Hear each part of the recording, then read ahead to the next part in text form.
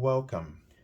This is Barry Jones from Angelic Wisdom, and we're here for our weekly angel reading for the week of April the 11th through the 17th, 2022. So before I begin, I'd just like to welcome everybody who's returning this week. Also, I'd like to welcome anyone who's new to our community as well. I know that this week in the Christian faith is Holy Week, and God, I'm not sure about everything, but this might be Passover as well in the Jewish community. If I remember that correctly, if I'm wrong, I'm so sorry about that. But I do remember when I used to be choir director that we had a Passover at the church because one of our members had grown up in the Jewish faith, so we celebrated that around that time. So hopefully I have that correct. But and if there are any other special holidays around the world, we also celebrate them with you as well. So one other thing is that I also just a few little announcements about things going on the channel. Number one, the logo, the designer, this has become his busy month or busy season, so it'll take a little bit longer for him to work out those designs. That some of the suggestions that were put in the comments. So, but I'll keep you posted about that. Also, let's see, I have posted the monthly angel reading. If you haven't seen it yet, that's the general one for month of April. And I've just recorded in the last couple of days the 12 zodiac readings. So as soon as I finish this video, I will publish them along with this one. So you probably see a lot of videos coming out from the channel. I'm sorry to bombard you with them all at once, but just how it happens this time. And I think lastly, just be aware, also, since this is the 10th year anniversary of my YouTube channel, that I've been offering my first time promotional angel reading offer for the entire year, so that you can have unlimited readings with that promotional offer. Okay, so now I invite you to take a deep breath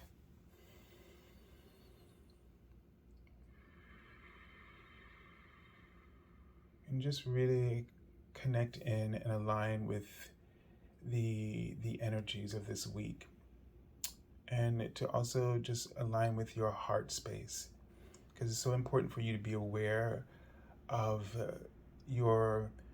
where your heart is leading you, because your heart is sort of the representative for your I am presence, and it's never in disagreement with your I am presence.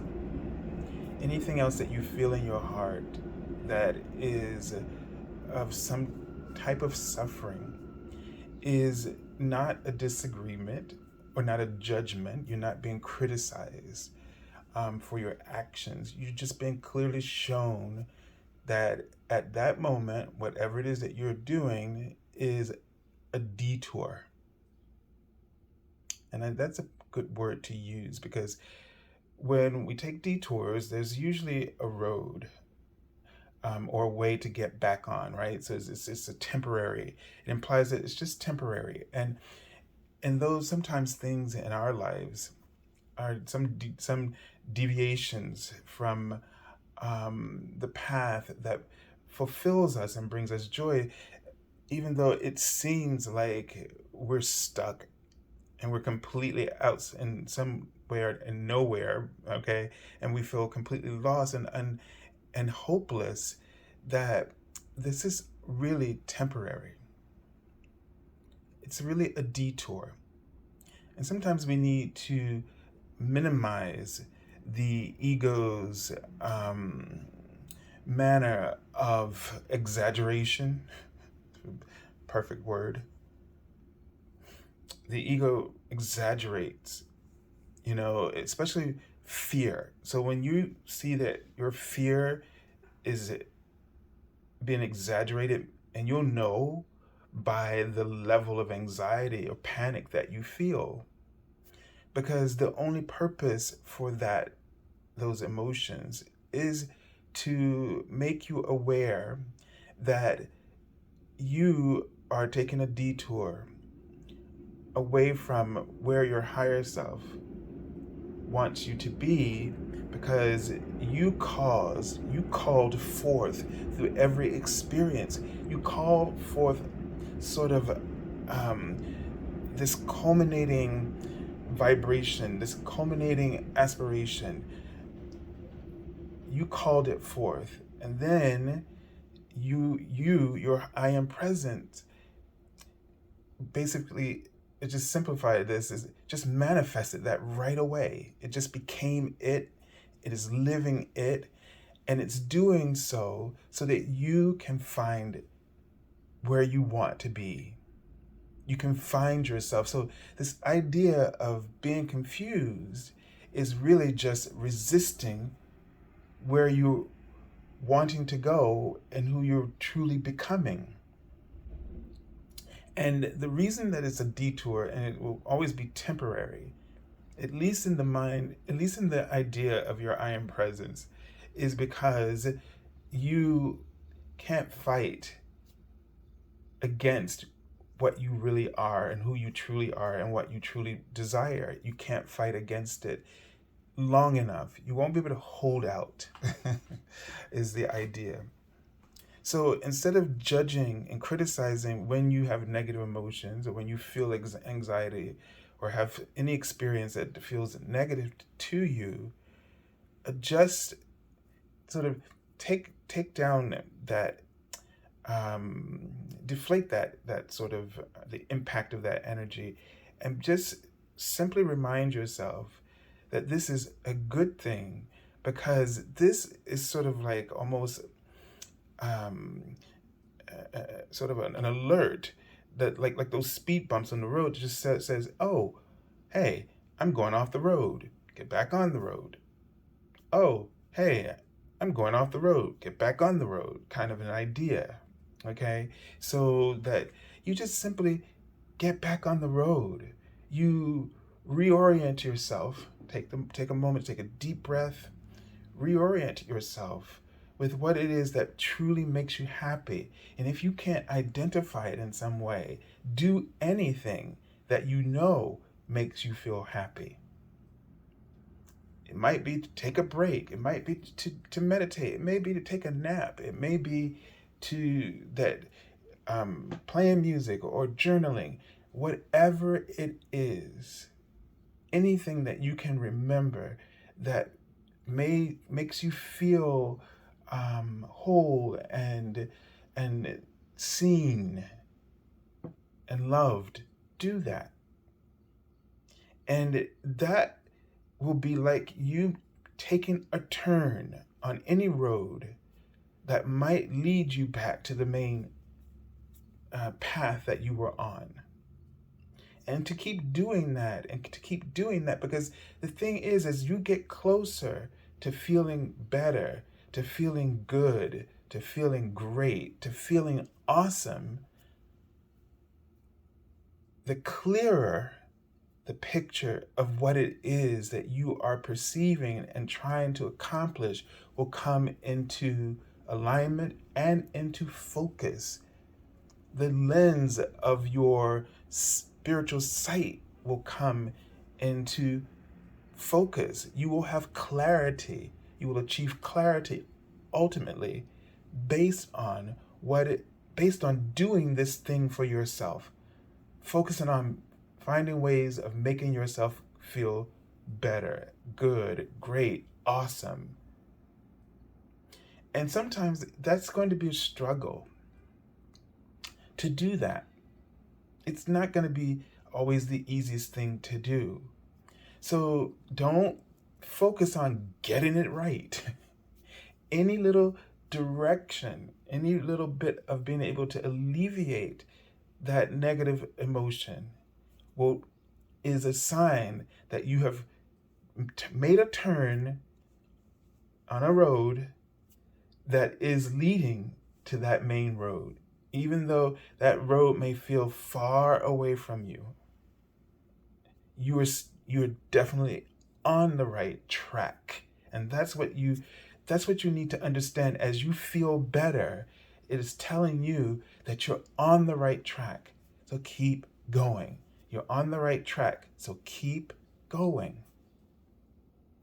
What is incredibly beautiful about this relationship between your I am presence and you living in the reality that you have concocted, where it is filled with drama and chaos, or bliss and amazement, and gratitude, appreciation, no matter what, the reason for this relationship between you and your I am presence, the reason that it exists is not to be your conscience, to hold it over you how much you screw it up.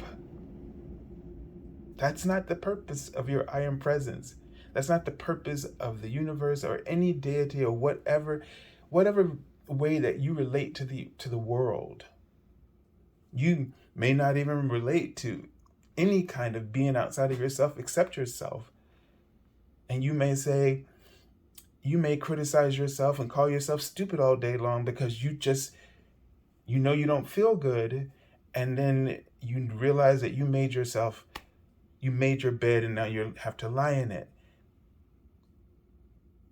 But that's not the purpose of this relationship between our emotions and our awareness and our desires. This is not the purpose of it. The purpose is to let you know when you're on track. Unfortunately, when we're in a negative state, what we think about is just how much off track we are. And that thinking about how much off track we are, we forget that the universe has a natural connection with us that is always letting us know, from whatever state of mind that we're in, how on track we are. The universe is thinking this way. It's always letting us know how much we're on track. And when we keep thinking about how much we're off track, it's just another way of looking at it. But the thing is, that's what makes it harder to turn yourself around. That's what makes it harder for you to feel better as you continue to find your way back from the detour. And the most miraculous thing about this is that everything is responding to what you are offering. That's the simplicity in it all. It's all a response to what you are offering.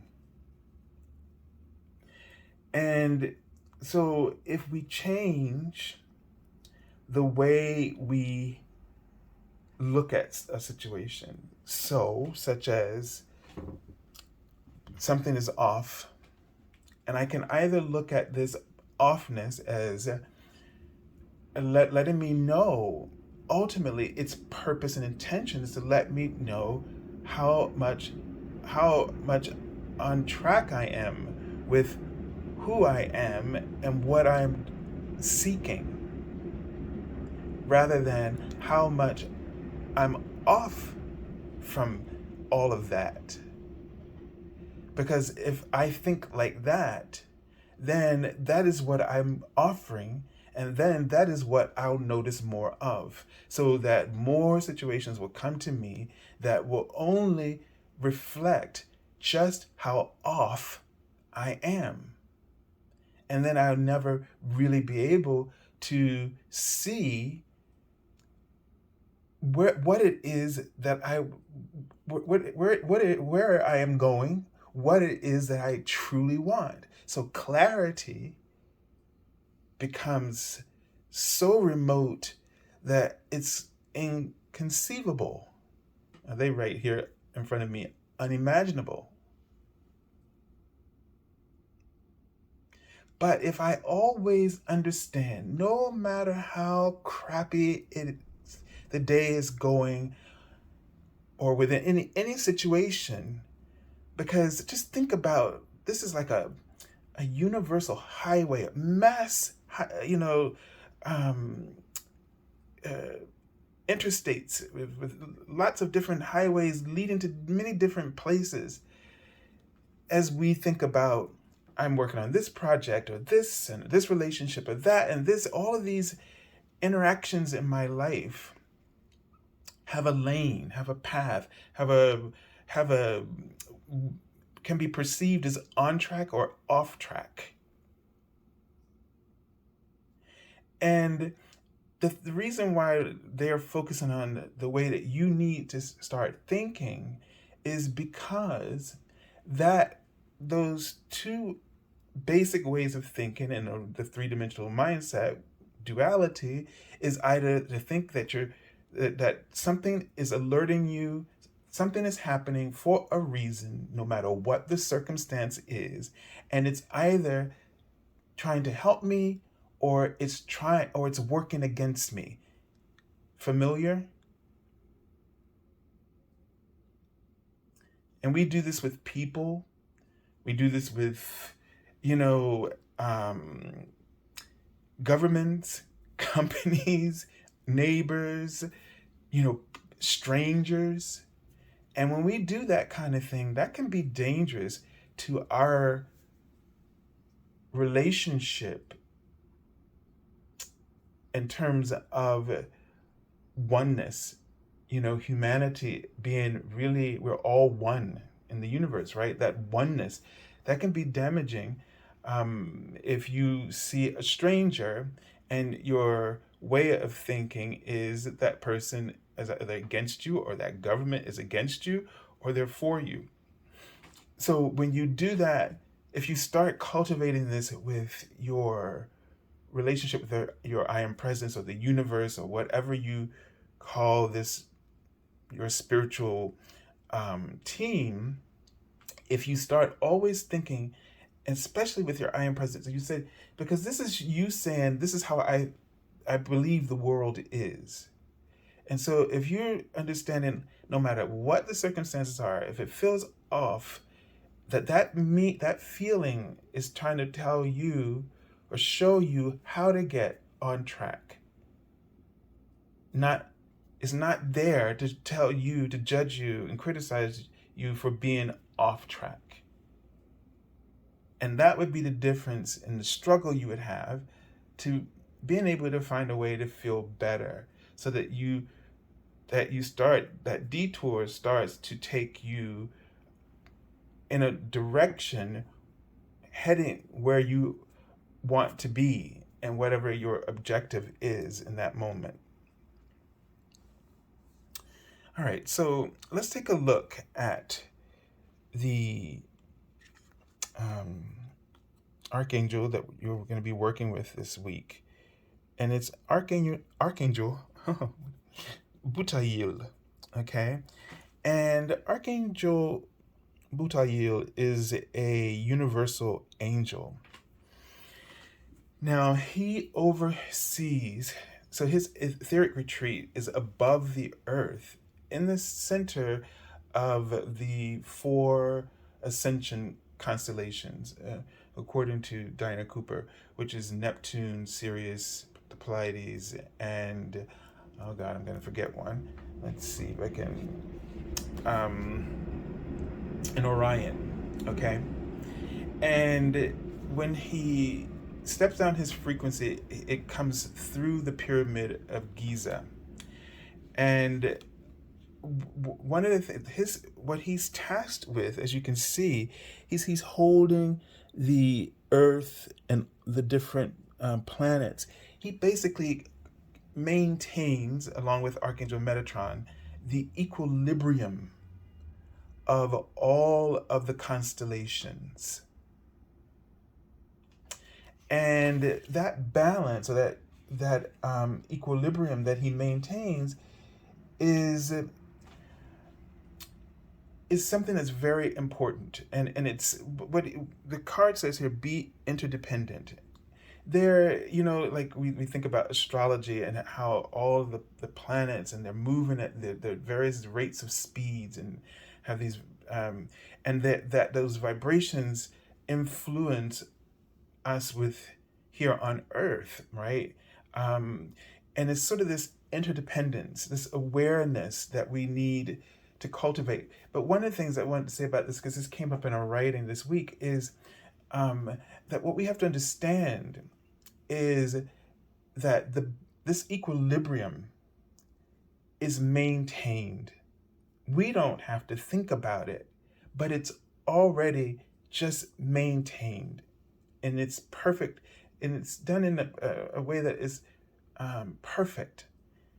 Just like your cells in your body. I mean, you don't think about keeping your heart beating.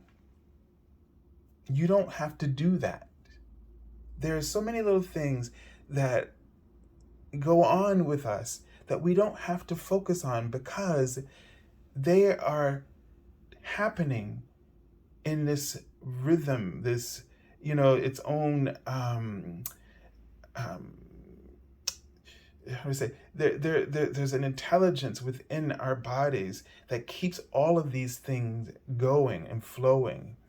And much in the way that it does within our bodies and within the universe, between all the stars and the planets, and this same thing is something that we can also rely upon in our lives.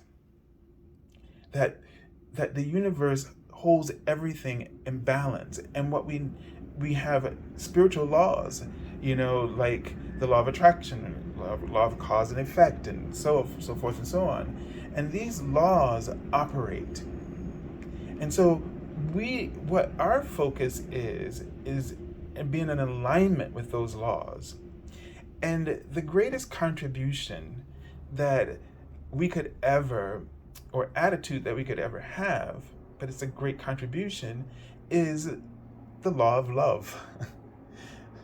If we simply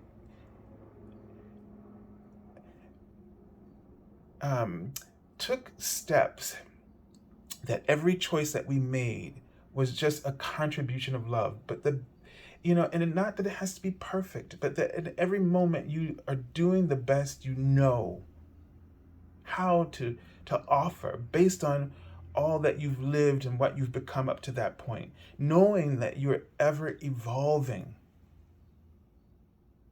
And it's not about us getting it perfect every time. That's not why we're here. This Earth School is designed to, I don't know how to say this, but to capture not only the perfections, but also our imperfections. It's designed for that. This is designed as a place for learning, for growth.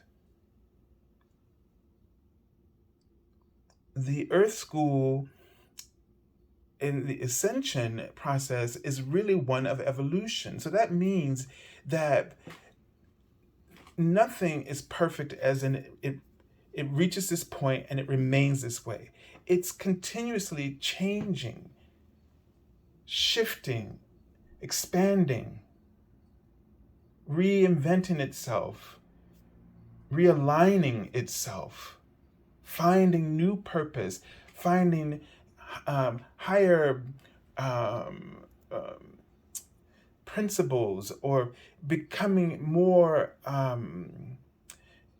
discovering its integrity more and more and more, refining its integrity, and shifting the beliefs around those things, and opening up to. So this is the kind of perfection that we're a part of.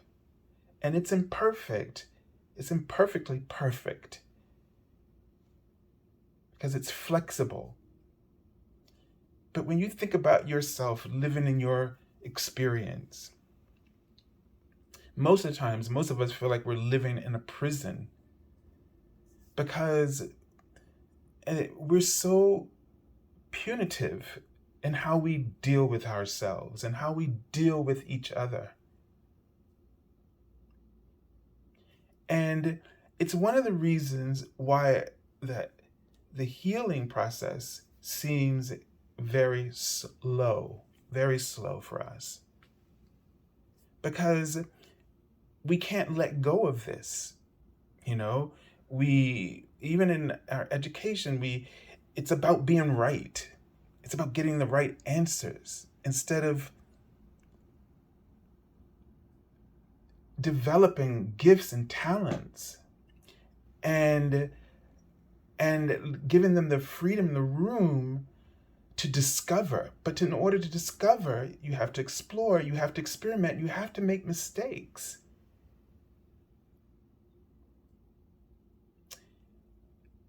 And in our society, our laws and our governing, all of this becomes punitive. And we don't allow for each of us to grow, to evolve, to explore, to experiment enough to get it right. I often found in my life that, especially in groups, that there is this, you offer this idea. And what we do is we think critically about the idea. And at that point, it's just a theory. And we shut them down before they even get a chance to live, get a chance to interact in the real world, so to speak, to see what the impact might be. And I always felt like, that is something that we really need to, because so many good ideas get just, annihilated in these sessions, because many of the way that we're thinking, we don't believe that these things are possible based on what we've known. But we're not here to just go off of what we've known. We're here to discover what we don't know. And it's uncomfortable. It's a huge risk. And what the most important thing is that we all become extremely vulnerable. And that's what we're all afraid of. We're afraid of being vulnerable. We're afraid of, and that comes back to, we're afraid of being wrong. Because we see it as a weakness. And then this is another way that our anxiety is developed and cultivated right into the fabric of our being and stifles so much of who we are.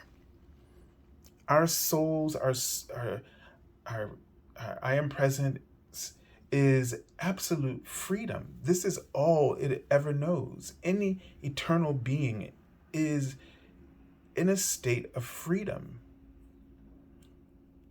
Again, we didn't come here to be perfect, and it's not going to be that we're going to be able to have the freedom without consequence in this three-dimensional reality. However, we can do our best to make contributions of love, to love ourselves, so that we can give this kind of love to one another, that we are more compassionate, and that we allow each other to make mistakes, to grow from them, and to be supported through that. So here is one level of what he might be talking about in terms of be interdependent. Learn to think about the balance between nature and ourselves, between our humanity and ourselves, between the cosmos and the universe and ourselves. That we're not here doing this alone, and we're all under the same spiritual laws. And if we all work from one template of love rather than fear, we'll find that our interdependence will strengthen. Being interdependent will strengthen us, not weaken us. All right, so let's take a look. And we're using this new deck again. This is the Spacious Tarot. And this is a deck that requires time. Like, it might, because there's no human figures in the card. But let's just go ahead and see what is coming up. So we have the Ace of Pentacles. And this is sort of I know I've seen these, and I know they come from like trees or something, but this seed, right? And it just looks like it's floating in some kind of, it's almost like, my sense of this is almost like a, where you can't see the background, but you see the coloration. So that is all this green grass or greenery and it's almost like this is falling from the sky, right? And will land somewhere. And when it lands somewhere, automatically just this idea of nature, right? Where, plants and trees at some point release seeds that fall to the earth so that the earth resources are continuously regenerating themselves. Now, again, looking at that, the equilibrium in the universe, and like this, we don't think about doing this, but it's already a part of the divine blueprint. And nature, creation, is following that divine blueprint. We have consciousness, and we can think outside of those blueprints. And yet we struggle with this process of trusting the process. So this card might generally mean that a new opportunity is coming into your awareness, into your physical world, something that will provide you with a means to develop something that you are trying to manifest in terms of a career, or in terms of finances, or it could represent health as well. But the idea is that trust that whatever is coming to you now is an opportunity. And trust that if you seize that opportunity, if you are given the advantage to recognize the opportunity that's coming to you, trust that it is a seed that will flourish and lead to success on your behalf. So notice at the beginning of the week, what's coming to you, what opportunities are coming to you, and how are you being guided to work with that? Remember that it's almost as if the trust that I feel like we're trying to get across is, think of it as it's an opportunity that is already, you called it forth, and now it's manifesting in its seed form. You may not recognize what that seed might grow into at this point, but they want you to trust that you brought it forth. It is a part of helping you fulfill whatever plans or designs you have for your life at this time, or it's there to provide or supply any needs that you have at this time. And you have to trust your intuition, your instincts, which are your link to this beautiful tapestry of balance that the universe is designed. The universe's blueprint, divine blueprint. Trust that and move and take action with that accordingly. Okay, and so the next card that comes up for the middle of the week is the Hermit card. So this might be an opportunity or seed in which you might need some time for yourself, some time alone to process it. So don't feel this eagerness as if you have to act in haste. This is not an opportunity that's coming to you that it's sort of coming and going, like it's gonna, you get it or you don't, like like you miss it or you don't, right? It's not that kind of opportunity. This is an opportunity where you need to sit with this and be mindful, right? Be mindful of what this opportunity could represent, not just for yourself.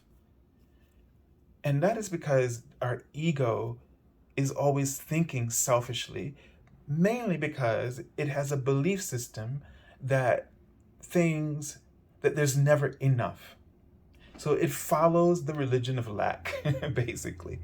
And so you don't mean to think only about yourself. We're not intentionally selfish.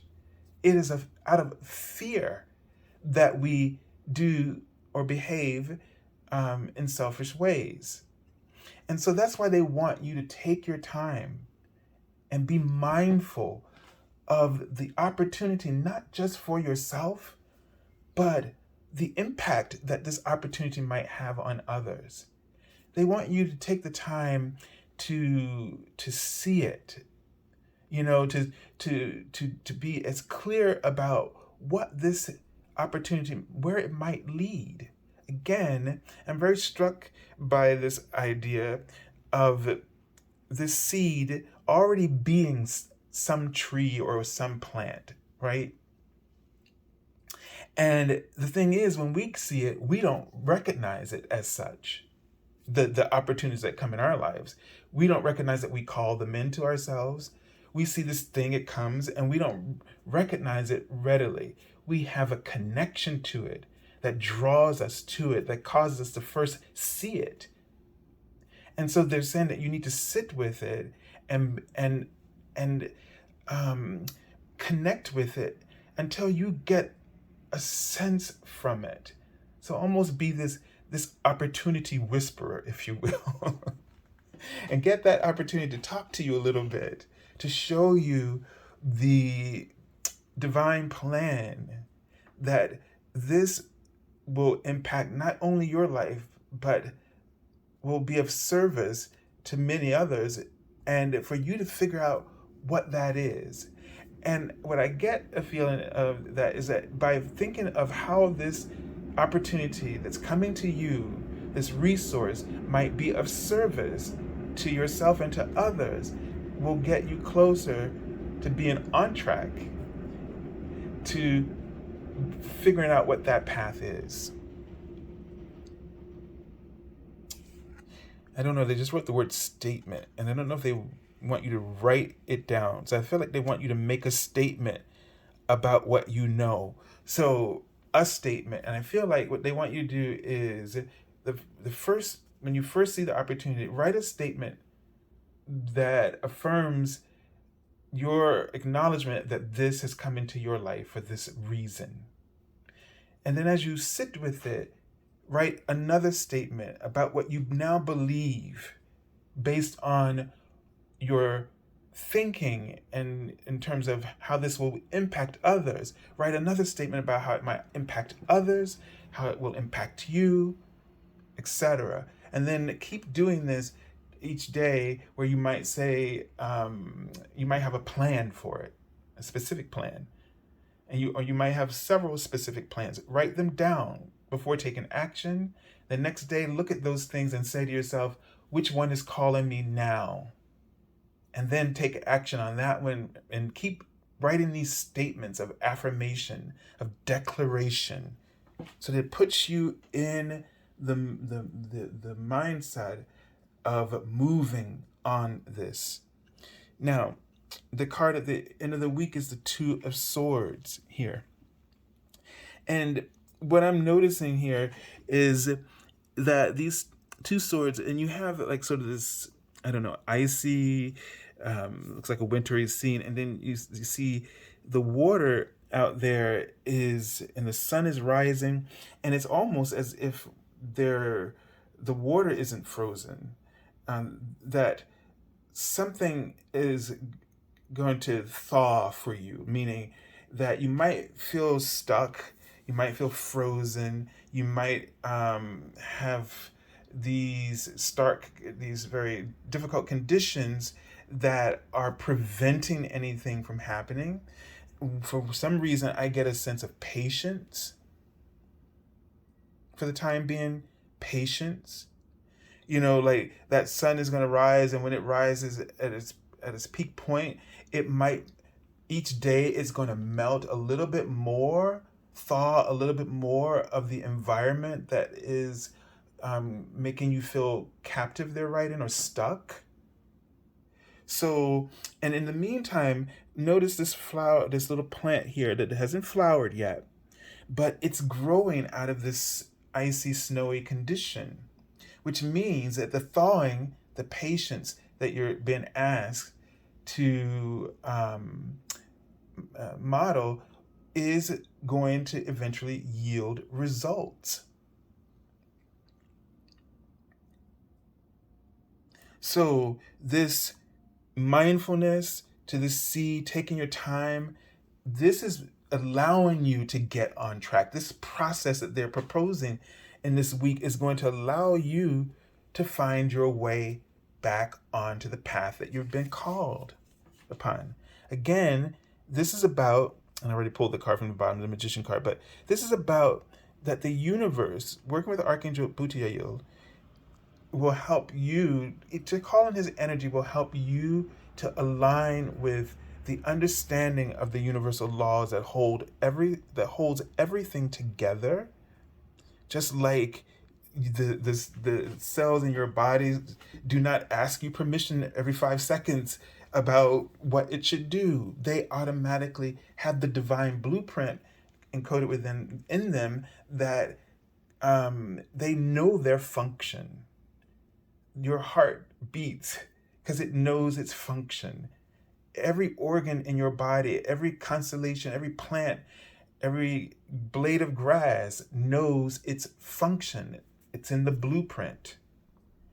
Our consciousness is the only thing that can think independently of all of that. But do not allow your consciousness to think or to fool you into believing and to fearing and worrying and creating anxiety because you think you need to control any of that, or that it might not work all of a sudden, and then you have to do something to fix it. Because even when there's a disruption in the world or in our bodies, this is again temporary. And it's happening for reasons which we cannot explain, but there is a reason for it. And once that event, disruptive event, is over, everything will go back to what it knows to do. It will take time for it to do it at the level before the diminished capacity, but it will eventually, if we don't interfere with its knowing, which is what we do with this special, I'm having tongue twister today, this very special process, we interfere.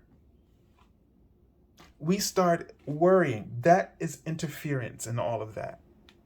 And when we do that, we take our eyes off of what we're supposed to be doing. And that is contributing love to all of this. Our job is to stay in a place of appreciation and gratitude and love, and to let all of our actions be inspired by this. When our actions are inspired, we are now, how do we say, we're playing along, or we are creating harmony with these processes. We're not interfering, but we're supporting, enhancing them. So we have the Magician card from the bottom of the deck, which is telling us is that your potential, number one, is manifesting. You have the opportunity to manifest your potential. And by following this guideline they've given to you, and to be in relationship and harmony with all the elements around you, you have an infinite relationship with all of these things. You are a part of them. You have been them at some point. You're multidimensional. You're very much integrated into the fabric of all of the elements of our physical world and physical reality. So all you have to do is trust your divine will, your divine instincts. Follow your gut. Go for it. And don't be afraid of making a mistake. Don't be afraid that to explore. Don't be afraid that you will cause, I don't want to say that because we can from our perspective, but the thing is, even if we make a mistake, there will be a healing. The universe knows how to heal. But as long as you're doing things inspired by love, your intentions are good, for lack of a better word. I know we weren't talking about being good, but just to solidify. Okay, so for some reason the video cut off, and I don't know why. I see these timers here now, like it tells you how much time the video is going to be. But I just wanted to come back and say, to sort of conclude that, and where it ended was probably good, but this is a very interesting opportunity that they're presented to us. And so just trust who you are, be who you are, know, and let it all come from the infinite abundance and intentions of wanting to do the very best for not only yourself, but for the well-being and health of others. Okay? So I send you lots of love and angel blessings, and have a beautiful, beautiful week. God bless.